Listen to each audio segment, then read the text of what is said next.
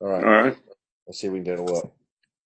No, we're just going to record it and we'll play it later.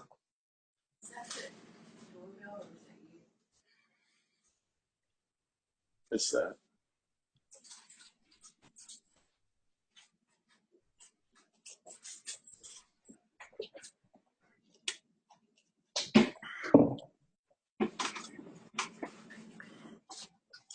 It's doing the exact same shit.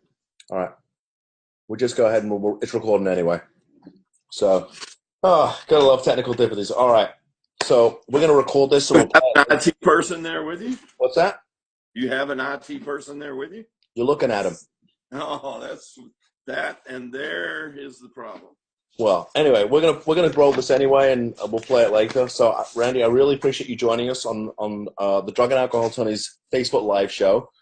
And I think, as my social media people put it, this is a show with the great Randy Grimes sitting in his mother-in-law's house, waiting for that shelf to drop on his head. That's right. Whatever this is here. Yeah, we hope it doesn't fall on your head. But in any event, I really appreciate you taking time to chat with me. I know that. Let's get rid of that. There we go. To chat with me, or to see if it's playing on Facebook. We're just going to chat to see if it's on Facebook. And we're excited to have you. And I know I've known you for a couple of years, but really until yesterday, until we chatted, I'm embarrassed to say I didn't know that much about you, and then I was really humbled because there's so much more to you than your football career. And I think that's kind of what we're going to talk about, because when we first started to chat and we got like 5% into it, you're like, well, see, I told you there's nothing to talk about. And 40 minutes later, we were still chatting because you're like a super interesting guy. And just really, honestly, I thought you might be somebody special when I spoke to Vance Johnson last week. But after speaking to you yesterday, I'm pretty sure that's true. So I appreciate you coming on the show with me. Well, I appreciate you having me. Thanks for the opportunity. So anyway, I want you to tell us, where you grew up, because even though you have this wonderful Southern accent, a bit like me. Yeah, right. Straight out of Texas. You are right. So you grew up in Texas. So tell me where did you grow up in Texas? Yeah, I grew up in a small town right outside of Dallas. Well, it was a small town back then. It's not so small anymore. It's called Tyler, Texas. It's the rose capital of the world, as a matter of fact, where Earl Campbell is from. And man, I had the greatest childhood ever. Football, Friday night lights, pasture parties, pickup trucks, all that good stuff. And, just a uh, great atmosphere, to be in, to be raised in. I had the greatest parents in the world, brother and sister. And, it was just a good time to be in Tyler, Texas. We had a lot to do and a lot of good times. Yeah, one of the things that I've heard about Texas is that I don't know if football is king, but they tell me that the football is a really important part of Texas. And I remember seeing that movie Friday Night Lights. Is it Friday Night Lights? Is that the That's one? right. Yeah. And it really, I mean, it seems to suggest that football is really, really important there in Texas. Well, I mean, it's just such a great opportunities for families to get together, something to share with families. It's a big part of Texas. It's a big part of Florida. It's a big part of a lot of states and their high school programs, junior high programs, and it's just such a great sport. You learn so many lessons from it. You learn so much. You're you have such good camaraderie with guys. You have so many friends, and it teaches you a lot of lessons about life that you carry through the rest of your days. Wow. So you grew up with a mom and dad, right? Yeah, Well, yeah, I asked that question. Perhaps I didn't ask it correctly, and I apologize if I didn't. Only because some of the guys I've interviewed, they grew up from they came from um, such very chaos. they weren't certainly weren't as blessed as I know I was, and I had two parents, a brother and a sister, and some of these people came from really nothing. I mean, when I interviewed Darryl Strawberry, I mean, he came from South Central LA. His father was an alcoholic.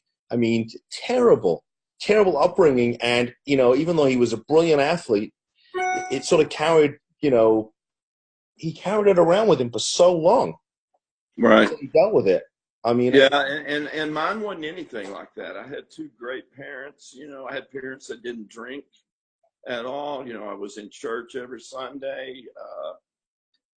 I had a brother and sister who were the same way. You know, everything was great. And I was afforded every opportunity that I wanted. You know, they made it happen. They found a way. We certainly weren't wealthy or even middle class, but my parents always seemed to find a way to help me do whatever it is I wanted to do. So, you know, I'm forever grateful and had the greatest upbringing ever. Do you have brothers and sisters? Yeah, I do. We got an older brother and an older sister, both Okay. in Austin, Texas. Both athletes? My brother was. My brother played at Southern Arkansas, and he was a great football player. He was a great tight end. Wow. Was he as good as you? Or you think? Yeah, well, he was probably better than me. He just, he didn't have the same opportunities I did. That's a very diplomatic answer, Mr. Grimes. I like that. I see politics in your Yeah, view.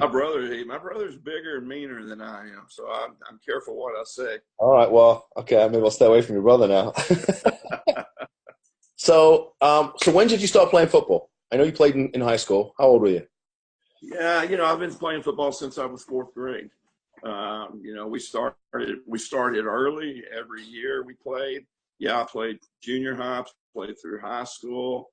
You know, I had the opportunity to go off to Baylor and play 4 years, and then 10 years in the pros. So, you know, there was about 23 years there of nonstop football. Okay. So I know that in the pros you played as the center for the Buccaneers.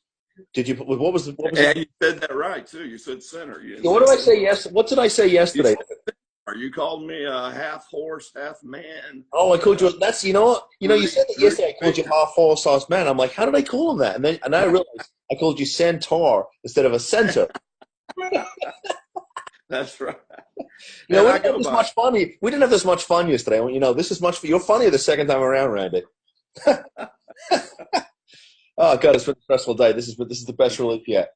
So you don't No, play but center. I can remember in high school, I can remember seeing the scouts coming around, and they were coming around looking at other guys. This was my junior year. I'd watch them coming around looking at the senior players there. And, you know, it was at that point I was thinking, you know, maybe there's something more to this football. You know, maybe there's an opportunity to not only get my education paid for, but to also continue to play this game that I love so much. And, you know, you don't think about all that stuff early in high school, but, you know, when you start seeing the scouts come around, you start seeing different colleges show up with different shirts on, you know, you kind of get excited that maybe, you know, there's a possibility that you can go to the next level. And it was those scouts coming around looking at other players that piqued my interest, made me realize that there's other opportunities out there after high school as far as playing football, and made me start working harder, you know, maybe get more dedicated, spend more time getting better at the game that I love so much. Okay, so before you went to the pros, was there any issues with substance abuse or any of that stuff? Nothing. You know, I had my weekends and my issues, you know, Friday, Saturday nights and stuff. The things that you get in trouble with in high school. But, you know, I never had any legal issues or health issues or, you know, life wasn't unmanageable in any sense of the word back then. And no, nothing, even through college. You know, there was no issues other than the weekend stuff, you know, the beer drinking and hanging out with the guys and you know, that nonsense. Okay, so you get recruited by Baylor, and I know that you told me that you were pretty happy about that because you're a Texas guy and you wanted to play in Texas, and I think you said back then Well, yeah, Southwest being Conference was the real. I mean, that was good the. Southern Baptist that I am, you know, I was definitely going to go to the largest Baptist school in the world. But, you know, I also had a sister there. And, you know, I was recruited by every school in the Southwest Conference back then. And that was, you know, I went and visited, you know, I went and visited the Rices and the Arkansas and the SMUs and, you know, all the great schools that were playing great football back then in the Southwest Conference. And, when I went to Baylor and I met Coach Grant Taft and I met some of the other players and the other coaches that are there and the people that were associated with the athletic department, I knew that was the place for me. And it just so happened, that was the place that my parents wanted me to go. And like I said, I had a sister there.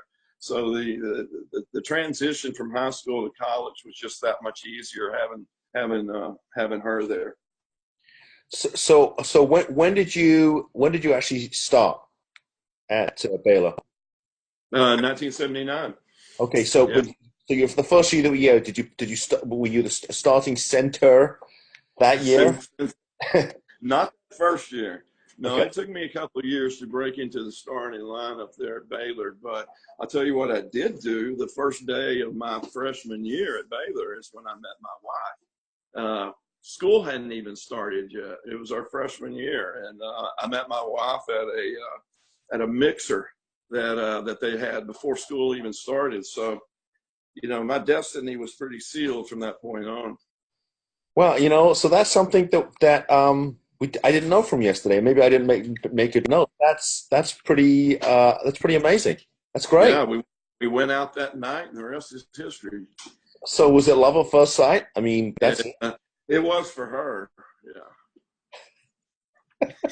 I hope she didn't hear me say that. I was going to say you're still married to the woman, so maybe you shouldn't be saying that too Right, loud. And I think right. you're in your mother-in-law's house, so I don't know. Yeah, They right. probably she Yeah, my probably keep the wife's up there shotgun cooking somewhere in the tonight. house. So if we So, hear a yeah, loud bang, we'll know what that is. So you played. So you stayed at Baylor for 4 years. Sounds like you. Yeah, and it's like I told you yesterday. I had the opportunity at Baylor to play with some really great players. Guys like Mike Singletary and Greg Hawthorne and Walter Abercrombie and Frank Pollard and Van McElroy. The list just goes on and on. Mark Addicks. These are guys that went on and had great careers in the pros. But it's kind of like at high school again. It wasn't until I started seeing the pro scouts coming around after my junior year that I realized that, there's an opportunity here to continue to play a kid's sport and get paid for it, and to continue playing this game that I love so much. But I was going to have a great senior year, stay injury free, and do everything that I could to get to that next level. Wow. That's so it wasn't. I mean, a lot of guys they go from high school to college, and there's sort of that natural assumption that they're going to play professional ball. It's just a matter of when they're going to leave and go do it. So Right. it didn't really occur to you that you might actually be able to make a living doing this until very late on in your college career. That's right. And I knew, that I was going to have a great year. I knew I was going to have to be injury free. And, both of those things worked out for me. We went after the season, my senior year, I had some great combines. I had some great workouts for teams as they were coming around doing their scouting, getting ready for the draft process. And, I was lucky enough to get to move all the way up to the second round pick of the Tampa Bay Buccaneers in 1983. And, they didn't have a first round pick that year. So I was really treated like their first round pick. Wow. So when you were thinking about when you realized you were going to go play professional ball, any particular team that you said, I'm going to play for, or any particular team you didn't want to play for? Because you sometimes hear about guys say, "Oh, I'm not going to play for them," or "I'm not going to play for that," and I'm thinking, you hear that, you're like, listen, I mean, there's so few guys that ever get to play professional football. It would seem like it'd almost be a privilege to play in the league for whoever you play. Absolutely. And I never said that. Guys that say that are idiots, because it is. It's a great opportunity, to, like I said, continue to play a kid's sport and get paid for it. And I didn't care where I went. I just wanted to continue to play football. So, here I was, a kid from East Texas who had never even seen the ocean, being drafted by Tampa Bay Buccaneers, who the year before had just made it to the playoffs. That was the strike-shortened year of 1982. So it was a great opportunity. I was excited. Coach John McKay was going to be my coach, and I was going to get to play with great players like Leroy Selman and Doug Williams. And I mean, it was just I was so excited. I finally made it to that next level. Now all I had to do was stay there.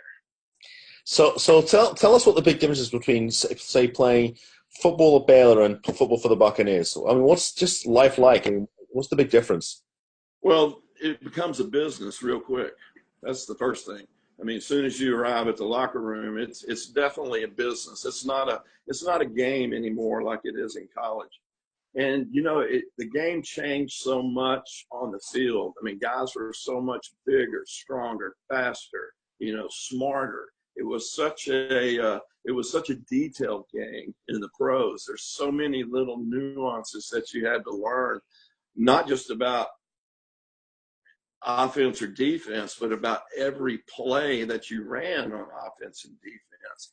So, I mean, it definitely took it up several notches real quick, and you had to be ready to do that. I mean, you had to immediately be ready to step into that role and start playing bigger, better, faster, stronger football quick. Yeah, because I remember one of the things that stuck out to me yesterday when we talked was you said that the guys in the pros hit much harder. That Oh, really yeah. stuck with me. You said they hit harder. Oh, they absolutely do. And, only the cream of the crop is really making it from the college level to the pros. So you got to expect everybody out on that field is good. And everybody's looking to clean your clock, too. So So you better keep your head on the swivel. well, it gets knocked off. That's right. All right. So we're talking about shades of greatness. I mean, everybody's great because they all made it, or hopefully they made it. So from the, it seems like high school you didn't have any substance abuse issues. At college you didn't have any issues, and then you get into the pros and things seem to change. So let's talk a little bit about that. Well, and, I was one of those guys that was, I came into the locker room and I kept my mouth shut. And I listened to the older guys. I wanted to know how they were able to feed their families playing a game that they loved, how they were able to stay in the league for the amount of time that they did, how they were able to stay out on that practice field every day and show up for every game and not miss any snaps or any plays during games. I wanted to know how those guys were successful, how they did it. And, one of the things that I learned to do was to stay out on that field at any cost. And one of the costs was taking handfuls of pain pills because, Mark, and I justified it so easy. I'm getting them from team doctors, so it must be okay, right? Or I'm getting Yeah. it from team trainers, so it must be okay. Or there's an open drug safe right there. Nobody's stopping me from getting what I need, so it must be okay. This is what they do in the NFL, right? So I mean, that's how I justified it. But I knew that if I wasn't out on that field in my position, somebody else was going to be. And I was not going to let that happen. And I wasn't going to get that reputation as being the guy who's always in the training room, the guy that's always being worked on by the doctors or by the trainers. I wouldn't even get that reputation of being a whiner because that's the kind of reputation in the NFL that you never lose. Right. So you played 10 years in the league, right? Right. And did you miss any games during those 10 years? I didn't miss any games, and I didn't miss any snaps for a long time until the very last year and a half or so. Um, but that was, there was a lot of reasons behind that, and that was I was taking handfuls of pain pills every day to stay out on the field. And something we talked about yesterday, it had progressed to the point to where the last 2 years of my career, I played in a blackout. Because I wasn't just taking handfuls of pain pills. I was taking handfuls of benzos too. And I played those last 2 years in a blackout. I would be home on the couch like 6, 7, 8 o'clock at night on a Sunday after a 1 o'clock or 12 o'clock NFL football game. And, I would be beat up. I'd be dehydrated. I'd be all bruised, scratched, cut up, all the things that you are after an NFL football game. And I wouldn't remember any of it. I didn't remember a single down. And I had just played 60 or 70 offensive plays in an NFL football game, and I didn't remember any of it. I would have to wait till the next morning and watch it on film with everybody else.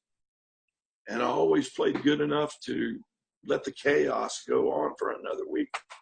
That's a little frightening. So, I mean, were there any times during the game where the play would come in, the quarterback would say, "Okay, this is the play we're running," and you would be like, "I have no idea what he's talking about," How or would I know? And or even remember, okay, so it's just like everything was on automatic. It was like did it autopilot. all in a blackout. Unbelievable. One thing you said to me yesterday was that normally after a game, I guess especially if you were flying somewhere, you said they give you a sleeping pill and 2 beers after a game. They wanted you docile, or docile, I should say. Docile, right. God, man, I got you think 31 years in this country, I'd finally learn to speak American English. It's really annoying. Yeah, that was pretty standard. As soon as you got on the airplane, they'd hand you a sleeping pill and 2 beers. And, that was routine that went on for years. That went on every year that I was there. Wow. And were other guys doing That was the traveling home protocol. And matter of fact, after every home game, too, all you had to do was stick your hand out. Wow. And I'm presuming you're not the only one on the team who's doing this. I mean, this is a team thing. No, and you're right. That was the culture of the league back then. It was win at any cost, do whatever you had to do to stay on the field. Like Al Davis said, just win, baby. Just win, baby. What was that movie that Lawrence Taylor was in? I think what we said yesterday, that Pacino was the coach. Any Given Sunday. Yeah. And you said, what was the other film you said it was a bit like? Dallas. North Dallas 40. Yeah, North Dallas 40. So, wow. Amazing. So, how'd this affect all your home life? I mean, you married your college sweetheart. I mean, people see you today, they're like, wow, man, what a great guy Randy is. And that's how I know you. So it's hard for me to envision you any other way. Well, life wasn't really unmanageable back then because I had so many enablers. And, my wife would see me come home from practice and crash on the couch or crash in bed. And, she just thought it was from practicing. Practicing in the heat, working hard, playing in a game. She never really suspected that what I thought was a necessary evil of the game had turned into a full-blown addiction. Wow. That I couldn't stop, So I know that you got pretty banged up. Tell us about the injuries that you got over the years, surgeries and things of that nature. Yeah, I had 6 knee surgeries. I finally got the knee replaced, one of the knees. I had a clavicle resection. I had a ruptured tricep, ruptured bicep, lots of breaks and fractures. And, that's the kind of stuff that you had to try to work through. Those are the things you had to stay out on the field. You couldn't, off season was for surgery. Off season was for getting well. But during the season, you had to fight through all that stuff. And, it's a brutal game. It's a very violent game. It's controlled chaos is what it is. And that's what you sign up for. And that's going to happen and that you're going to have to fight through injuries. And sometimes they're injuries that you probably shouldn't fight through. But I got to tell you, if Randy Grimes wasn't out on that practice field at the center position, somebody else was. Wow. So share with us what you shared with me yesterday, which was how your career ended, because it's really, it's gut-wrenching. It's horrible. It's sad. But like you said, it's a business. So share that with us. 93 rolls around. Sam Weiss, coach. And you got to realize that, I had 5 head coaches in 10 years at Tampa Bay. We were a revolving door of coaches, players, front office personnel. The one consistent thing about the Tampa Bay Buccaneers between 83 and 93 was Randy Grimes at center. Everything else was a revolving door. And I can remember my last head coach was Sam Weiss. And I can remember after the 92 season, I can remember it was the day after the game. We were in our locker room. I was cleaning out my locker. We were going home for the off season. And, I can remember I had a locker that was right by the front door. And as he was passing through, he put his hand on my shoulder and said, "Randy, we're not going to be needing your services anymore." And I remember I was facing my locker. And I remember thinking, this is how it ends, after, all the blood, sweat, and tears that I left on fields all over this country since I was in 4th grade. this is how it ends. And like I said yesterday, it's not like I expected to have like a parade or a street named after me or some dedication service to Randy Grimes' career. I just didn't think it would ever end like that. And I remember just sticking my arm in my locker and raking everything out of my locker into a black trash bag and walking out the back door. And that was it. Randy Grimes, the football player, didn't exist anymore. It was over just that fast. And I didn't deal with that very well. You know, for so long, football was who I was, not just something that I did. And I didn't realize that. I didn't realize, I didn't know how to go through life without football, without being Randy Grimes, the football player. You know, I struggled with being a husband, with being a father, with being an employee, you know, a neighbor. I didn't know how to go through life without being Randy Grimes, the football player. And as crazy as that sounds, that's who I was for so long. And, you know, that fueled my addiction. I took that addiction that started with the Tampa Bay Buccaneers. I took that into my private life. And yeah, the injuries just kept getting worse. The addiction kept getting worse. And the tolerance kept getting higher. But I also had all these underlying self-worth issues and these identity issues. And yeah, chronic pain was always there, but it was the deep underlying stuff that was going on in here and in here that fueled that for another 20 plus years, Mark. Yeah, because I mean, you told me you got clean September 22nd, 2009. You got, That's correct. and you left the Buccaneers at the I guess would have been the end of the '93 season. Right. That's a long. So you basically went 16 years. What was going on I mean, what were you doing with yourself for 16 years? Life was unmanageable. Well, that's an understatement.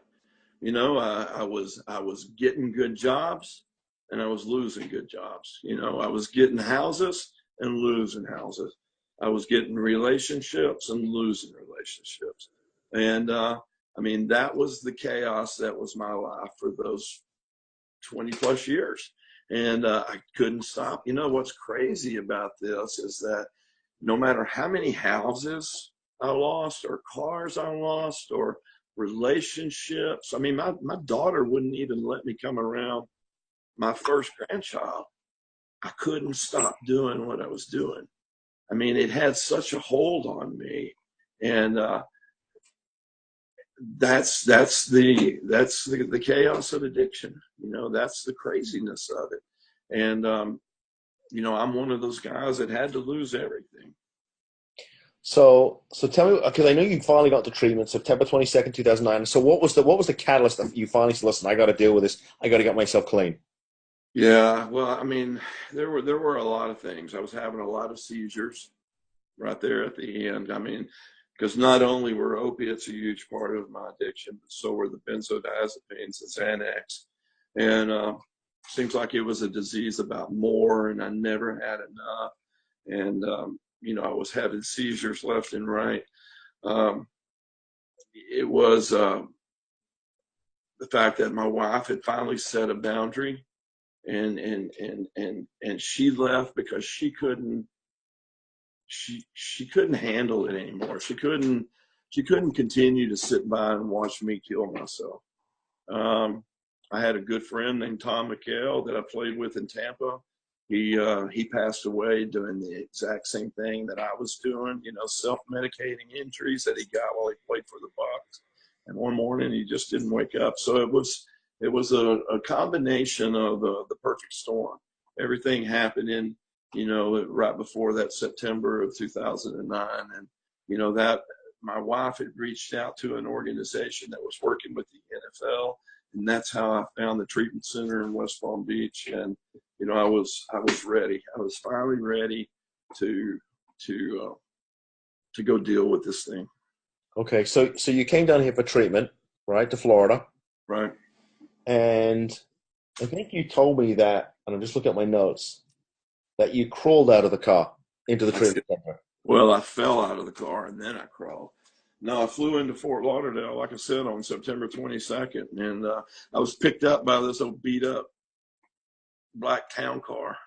It's what picked me up, and I don't remember a lot about that night, but I do remember driving all the way up to West Palm Beach from Fort Lauderdale, and I pulled up to the treatment facility, and I was so sick, man. I was so sick, and I was broken. I was beat up, and I fell out of that town car, and there was another 30 or 40 feet to the door, and I crawled on all fours from that car through that doorway. And, I remember something. I don't remember much about that night, but I do remember hearing somebody say, Randy, in order to get this, you got to have the desperation of a drowning man. And I'll never forget that, because as a child, as a kid, I did almost drown. And I remember my desperation as I clawed at the water to get back to the top.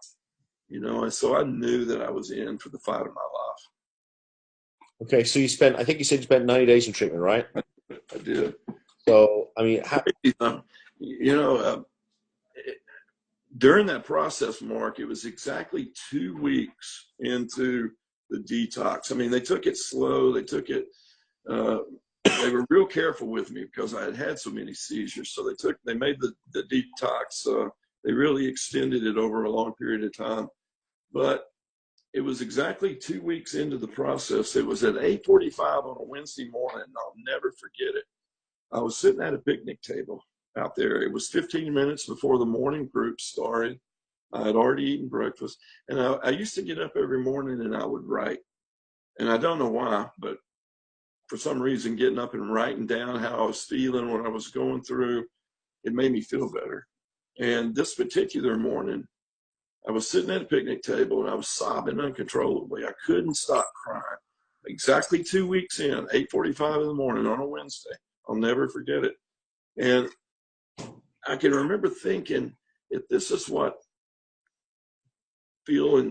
being sober feels like, I don't want to have any part of it, because all the guilt, all the shame, all the missed opportunities, all the stuff that I'd put my family through, all that was coming back on me, and I had to deal with it sober. And I remember thinking, I couldn't stop crying. And it was like somebody came up behind me and draped a warm quilt around my shoulders. And I say quilt because I remember feeling weight on my shoulders, and I remember feeling warmth. And I also remember the obsession to throw down pills every day was lifted off of me right then. That was it. That was my burning bush moment. That all happened to me just that quick that morning at that picnic table. And, the beautiful thing is, over the next 9 years or 8.5 years, I get to pass that picnic table all the time. I get to see where I was sitting, where that happened to me. But that was, that was when I realized I could do this. I can get through this. And, listen, I've been in a lot of battles against some big, mean, hairy, stinky, ugly guys, and I've won most of those battles. You don't stay around the league for 10 years unless you're winning most of those. But this was the hardest thing that I ever did, was crawling through the door that night. It was the hardest thing that I ever did. Going through this process was the hardest thing that I ever did, but it was the most rewarding. So what was the Randy Grimes that came out of treatment 9 days later compared to the one that went in? Well, hopefully it was a Randy Grimes that's a better person, a better father, a better husband, a better employee, all those things that I'd forgotten or couldn't do anymore because of my addiction. Hopefully it's a better person than that. So I know we only have a few minutes left because we started due to my inability to get Facebook Live to up. But I want you to share with us what you're doing now, because you and I sort of work we do work in the same industry but from different angles. And I know that you do a lot of work. I mean, I interviewed Vance Johnson last week, who played for the Broncos, and he said you saved him. And I know that he's not the only one you saved. You save a lot of people. So let's talk about what you're doing these days.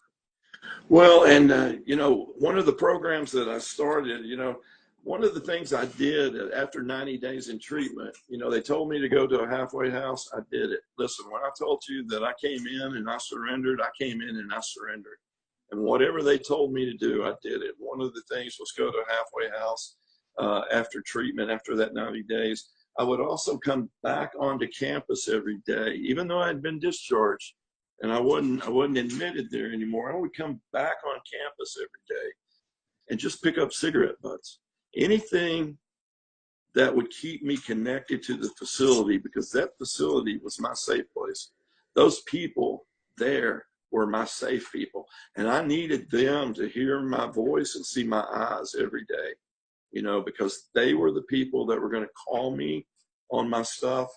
And those are the ones that had gotten me over the hump and through this process. So I started off doing some alumni calls, volunteer stuff. I did that for 6 months, but I also wanted to start something where I could help the guys that were out there doing the same thing that I was doing, guys that I played with and guys that I played against, guys like Tom McHale, who I knew left the game and were still self-medicating themselves, that warrior mentality, where we suffer in silence and we don't ask for help. And I knew that there was a ton of guys out there doing exactly what I was doing and what Tom was doing. So I partnered up with the NFL and started a program for former players. And that has blossomed into the opportunity to work with former players from Major League Baseball, from Gridiron Greats. We recently started working with a lot of veterans, and I'm real proud of the program that after the Impact Fund and Gridiron Greats has started, where we're pairing former athletes and veterans together because they have a lot of the same issues, whether it's identity or trauma, chronic pain. And so we're doing a lot of that. MVP, which is Jay Glazer's organization, merging veterans and players. We've got a lot of great stuff going on, but since starting those programs, we've been able to help hundreds and hundreds of former athletes and veterans. And, my passion doesn't just stop with athletes, though. I mean, I want to plant those seeds for everybody. And I love working with families. I believe that when families get well, addicts get well. So I love working with families, and that's my passion. Yeah, I remember you telling me you got certified as an interventionist, correct? Right. Right. I Tell us about that. with a guy named Paulie Tassine, sat in his office and watched him do hundreds of interventions before I ever did my first one. But yeah, I love going in as an interventionist. I love to go in and meet the addiction on its own turf. Like I said yesterday, I get to go in and see the wrecked car in the driveway, the missing TV on the shelf, or the grandmother that's sobbing uncontrollably because all her jewelry's been pawned. But I also get to meet the addict on their home turf, and I get to see the miracle happen 30 days later when they do go off to treatment, and it's a beautiful thing. So I also know that you work with a great treatment center here in South Florida, in Delray Beach, Transformations. So tell us about that. Treatment center, right? And it's Transformations Treatment .center, and what a great organization. And I'm so honored to be a part of that. I do business development and strategy. And there's such a great facility, dual diagnosis, the greatest therapists in the world, the greatest employees in the world. And I'm just, it's an honor for me to be affiliated with them. But I also have Athletes in Recovery, and you can find us on Facebook at Athletes in Recovery. And also any former players out there, Player Care Foundation. Look at them. Because I want former players to know that there's resources available for them. So what's the best way? If I'm a former player or a veteran, how do I get a hold of you? I see this. How do I contact you? Yeah, either on my Facebook, at Randy Grimes, or Athletes in Recovery, or you can get me at transformationstreatment.center. Okay. Is there an email address for you? Somebody wanted to email you? Yeah. I'm sorry, it's Randy G at transformationstreatment.com. Randy G at Randy G at transformationstreatment.com. .com. Okay. Anything else you want to give a plug to? Because I know you're doing a lot of great things, Randy. So I want you to tell. I know we're almost running out of time, but tell me about some of the other stuff. Did I get everything? I want to make sure I got everything. No, I mean, this work is Because never you lead a very boring, quiet life. You know what I mean? this work is never ending, and there's always something new to do. And I just want to keep getting out there and planting as many seeds as I can. And hey, hanging out with people like you. That's what it's all about, right? Yeah, it's yeah, as I always tell people, they say, "Well, what do you love about working in the treatment industry?" I said, you just got to go to one networking event. I said, you'll be in a room full of people who had a ton of personal growth. They are full of love. They will hug and kiss you. I said, go to one of those events and then go to an event with a bunch of lawyers and see if you can't tell what the difference is. Yeah. Well, And I'm there's not no for the legal industry, but there's a big difference. Hey, you know what? You're right, though. And the people that I've met in recovery, they're some of the most loving, caring, compassionate, honest, fun people that I've ever met in my life. I love it. Some of my closest friends now are people in the treatment industry. I mean, I don't, there's very few lawyers. I mean, I have some close friends who are in the legal profession, but I mean, I go to a treatment event and I love it. I really do. I've almost stopped going to some of the legal events. I just enjoy going to the being with people who work in the industry because I know that they really care. It's great. Yeah. So well, I appreciate what you do too. Thank you. I mean, you do a great service to our industry and our community. So thank you for what you do too. Yeah, there's only a couple other guys that do that even touch this stuff. So I mean, I think everybody in the industry knows who those guys are. But those are also good lawyers, and I appreciate the work they've done because some of them, have inspired me too. So, Randy, I appreciate you coming on the show with us. I know you got to go. I'm going to just give everybody my contact information, so they can find me on the web at drugandalcoholattorneys.com. That's drugandalcoholattorneys.com. They can email me at mark, M-A-R-K, at drugandalcoholattorneys.com, or they can call us, 561-419-6095. And if for some reason they didn't get your contact information, Randy, if they email me or reach out to me on Facebook under either Mark G. Astor or Drug and Alcohol Attorneys, I'll give them your information. Good. Athletes in recovery, go to my Facebook page, look at Randy Grimes, or get in touch with me at Randy G at transformations with an S treatment.com. Yeah, and I've actually been to to Transformations a number of times. Oh, we let you in over there? What's that? What's that? We let you in? We let you over there? You got to listen. You got to tell your security guys they've got a job. I've got to talk to security. There's no doubt about it. Yeah, they let me in. I think the guy even smiled at me the last time I was there. But I've been a couple times there. I know the owner, Mark Gerhard, who's just a terrific guy, and I know Rachel Needle is over there. I mean, and I hope you come back. People over there. There's a lot of people sometime. What's that? Come back and see us sometime. I'm coming to take you to lunch. Is what I'm going to come and do. You better. Damn right. When are you coming back from Texas? I'll be back on Monday. All right. Okay. Randy, thank you. Thanks. You are a gentleman. I mean, you're just a great guy. What can I tell you? You're one of the good ones. Thank you, man. I'm trying, brother. Good to talk to you, my friend. Thank you. Take care. Take care. Bye-bye.